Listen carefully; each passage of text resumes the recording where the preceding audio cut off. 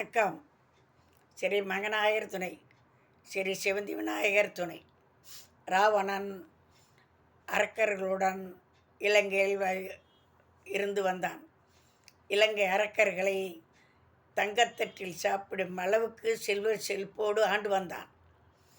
ராவணன் சிவபெருமானிடம் ஈஸ்வரன் என்ற வரத்தை வாங்கி ராவணேஸ்வரன் என்ற பட்டத்தையும் பெற்றான். பின்பு பிரம்மாவிடம் அவன் பல வரங்கள் வாங்கினான்.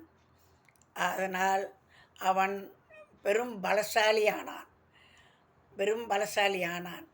அவனுக்கு கர்வம், ஆணவம் தலை தூக்கியது.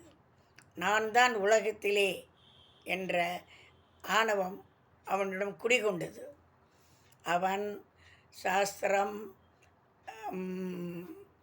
ஜாதகம், சித்த வைத்தியம்,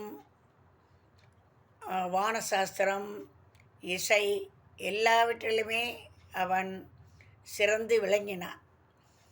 அவனை யாருமே நெருங்க முடியாத அளவுக்கு பெரும் பலசாலியானான். இதனால் தேவர்களை ரொம்ப துன்புறுத்தினான். அவனுக்கு ஆணவத்தினால் கர்வம் ஏற்பட்டு ஆணவம் தலை தூக்கியது. அவன் தேவர்களை ரொம்ப கொடுமைப்படுத்தினான், துன்புறுத்தினான். நவகிரகங்களை அவன் கஷ்டப்படுத்தினான். எல்லோரையும் கஷ்டப்படுத்தி அத்தனை பேரையும் மனிதர்களையும் துன்பப்படுத்தி பெரும்பாடு படுத்தினான். அவன் இருந்த மலை 660 அடி உயரத்தில் சிக்ராம் என்ற இடத்தில் அமைந்திருந்தது. அந்த மலையை யாரும் நெருங்க முடியாதபடி அவன் வைத்து இருந்தான்.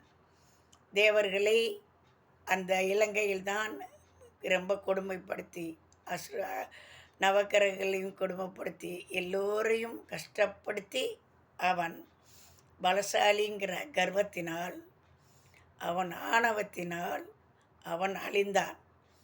தர்மம் வென்றது.